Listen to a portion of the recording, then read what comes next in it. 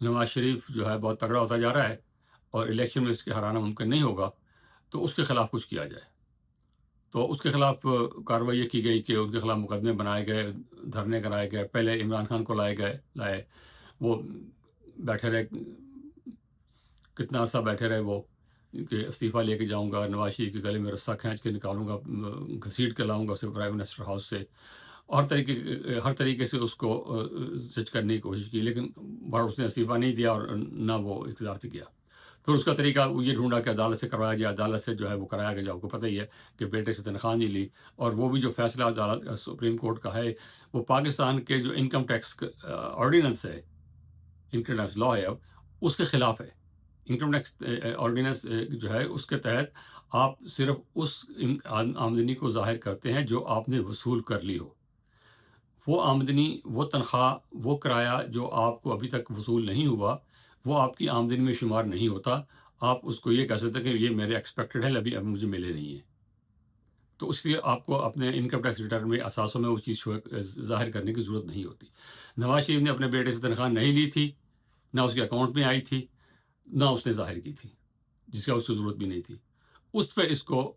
Disqualify کر دیا۔ اب نواز شریف کو گھر بھیج دیا،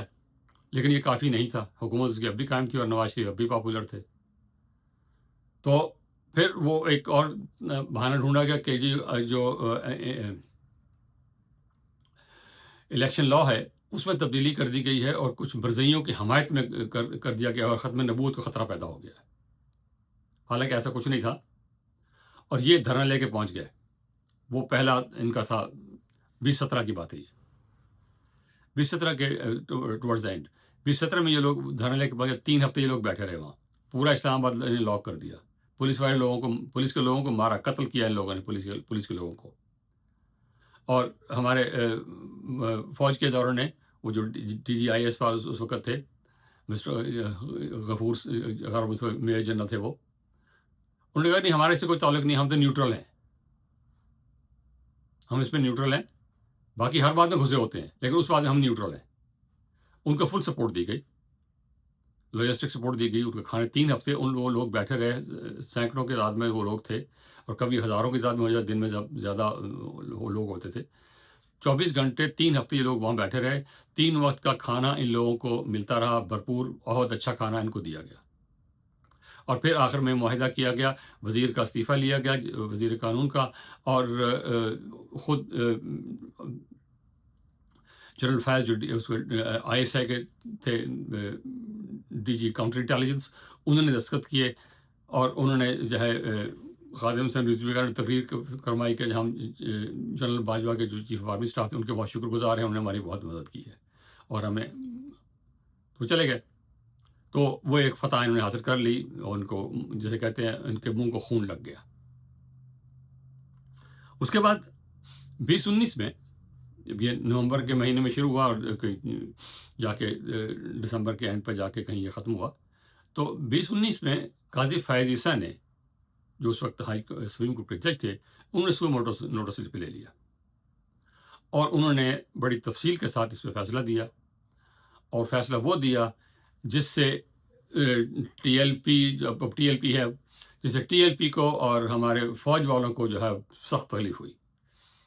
اور انہوں نے بڑی سختی سے لکھا کہ ریاست کی رٹ کو چیلنج کیا گیا ہے، اس دھرنے کو جو ہے اس کی سہولتیں مہیا کی گئی ہیں، لا انفورسمنٹ ایجنسی اور آرمی نے ان کو روکنے کی کوشش نہیں کی ہے، اور الٹا ان کو حکومت کے خلاف بھڑکایا ہے۔ تاہم اس پہ، اور وہ 2019 کا فیصلہ تھا، اور انہوں نے کہا کہ اس کے خلاف ایکشن لیا جائے، انویسٹیگیشن کی جائے، کچھ بھی نہیں ہوا، اس فیصلے کا امپلیمنٹیشن میں کچھ نہیں ہوا، کیونکہ وہ کارآمد لوگ تھے۔ تو اس کے بعد 2021 میں 4 سال بعد، اور یہ یاد رہے کہ یہ جو تماشا ہے، اب میں ذمہ داری سے استعمال کر رہا ہوں یہ لفظ، تماشا ہے، یہ لوگ تماشا کرتے ہیں یہ، اور لوگوں کو قتل کرتے اس کو تماشا کہنا تو نہیں چاہیے، لیکن یہ اپنی طور پہ تماشا ہی کرتے ہیں۔ یہ 4 سال بعد کرتے ہیں، 2017 میں کیا، پھر 4 سال بعد 21 میں کیا، اور اب 2025 میں کیا۔ ہر 4 سال بعد یہ تماشا کرتے ہیں یہ لوگ، اپنی اہمیت بنانے کے لیے، لیکن اس دفعہ کچھ زیادہ الٹا ہو گیا کام۔ تاہم 2021 میں فرانس میں توہین رسالت کے حوالے سے کچھ باتیں کہی گئیں، کچھ وہاں وہ پہلے بھی ہوتا رہا ہے، وہ جان بوجھ کے شرارت بھی کرتے ہیں وہ لوگ، وہ کارٹون چھاپے گئے نبی صلی اللہ علیہ وسلم کے، اور تاہم وہ پرانا قصہ ہے، وہ بار بار وہ لوگ کرتے ہیں، جان بوجھ کے شرارت بھی کرتے ہیں، اپنے پبلیکیشن بڑھانے کے لیے بھی کرتے ہیں، وہ الگ قصہ ہے کیوں کرتے ہیں وہ لوگ، لیکن وہ کرتے ہیں۔ یہ لوگ جناب دھرنا لے کے پہنچ گئے، اسلام آباد نہیں پہنچنے دیا، کیونکہ ان کی اس وقت حکومت جو تھی وہ اپنی پسندیدہ حکومت تھی، وہ ان کو لے کر آئے ہوئے تھے صادق اور امین کو، جو خود جو فوجی پروڈکٹ کے طور پر صادق امین بنایا گیا، اس کو لا کے انسٹال کیا گیا، اور صادق امین کی گورنمنٹ تھی تو اس کو روک دیا گیا برید پہ، اور برید کے جو ہے یہ ان کا گڑھ ہے اس جماعت کا، اسی لیے وہاں 2021 میں وہاں رکے، 2025 میں وہاں رکے، 2021 میں وہاں رکے ہیں، اور وہاں آ کر ان لوگوں نے مطالبہ کیا کہ فرانس کا جو سفیر ہے پاکستان میں، اس کو نکالا جائے، فرانس سے تعلقات ختم کیا جائے۔ اب یہ کسی بھی سیاسی جماعت کا یہ مینڈیٹ نہیں ہے کہ وہ حکومت سے مطالبہ کرے کس کے ساتھ تعلق رکھنے، کس کے تعلق نہیں رکھنے، سفیر کو کس سفیر کو رکھنا، کس سفیر کو نہیں رکھنا، یہ سڑکوں پہ یہ فیصلے نہیں ہوتے، لیکن اس جماعت نے سفیر کو نکالے۔ تاہم یہ مشکل تھا فیصلہ، اور یہ نہیں کر سکتے تھے، اس کے بڑے سیریس نتائج نکلتے تھے اگر یہ حرکت حکومت پاکستان کرتی، تو انہوں نے نہیں کیا، لیکن ان کو جو ہے وہ وہاں سے باہر ہٹنا پڑا، اور پولیس والوں کو بیچاروں کو ان کو مروایا، پولیس والوں کو 2017 میں بھی پولیس والے قتل ہوئے، 2021 میں بھی قتل ہوئے، اور 2025 میں بھی قتل ہوئے، اور پولیس والوں کو مار مار کے ان لوگوں نے جو ہے وہ جان سے مارا ان لوگوں نے سڑکوں پر، اور الٹا پھر وہ فتوی یہ دیتے ہیں کہ ان کا جنازہ جائز نہیں ہے، ان کے پیچھے نماز جائز نہیں ہے، یہ قاتل ہیں، انہوں نے توہین رسالت کی ہے۔ 2021 کا جو دھرنا تھا فرانس سفیر کے خلاف، فرانس کے خلاف، وہ باہر وائلنس پہ ختم ہوا، یہ لوگ چلے گئے، اس کے بعد اس کو جماعت کو جو ہے بین کر دیا گیا، اور یہی بات قاضی فائز عیسیٰ نے اپنے 2019 کے فیصلے میں لکھی تھی، اور جب اس کا مذاق اڑایا گیا، جس کے خلاف جو ہے وہ پوری کیمپین چلائی گئی، قاضی عیسیٰ کو جو ہے وہ اس کو بھی دار اسلام سے فارغ کر کے، اس کو بھی توہین رسالت کا مجرم قرار دے کے اس کو بھی، اور یہ دو چیزیں جو ہیں یہ ٹی ایل پی اور پی ٹی آئی دونوں میں مشترک ہیں، قاضی فیض عیسیٰ دونوں کے جو ہیں وہ ٹارگٹ ہیں، وہ ایک واحد شخص تھا جس کے ذمہ کوئی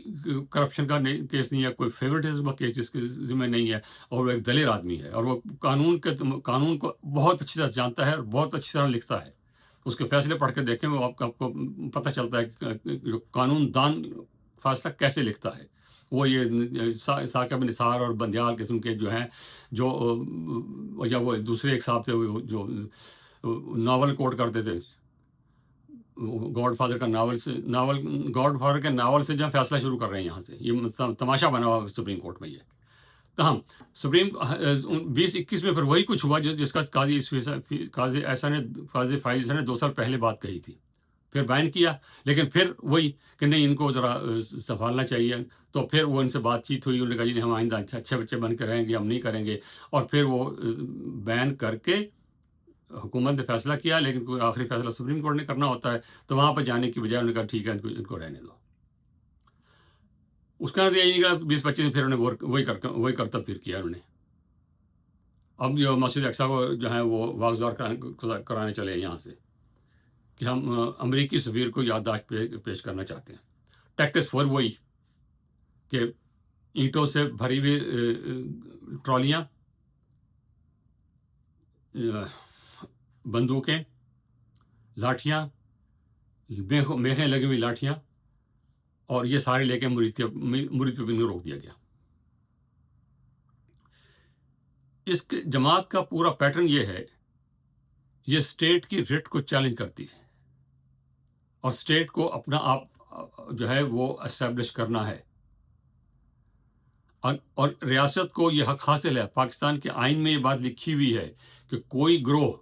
کوئی گروپ، کوئی جماعت ریاست کے خلاف اگر ہتھیار اٹھائے گی یا ریاست کے ریٹ کو چیلنج کرے گی، تو ریاست اس کو ختم کرنے کا حق رکھتی ہے، اس کے خلاف کارروائی کرنے کا حق رکھتی ہے۔ وائلنس اگر کرے گی، خواہ وہ ٹی ایل پی کرے یا 9 مئی کو پی ٹی آئی کرے یا ٹی ٹی پی کرے،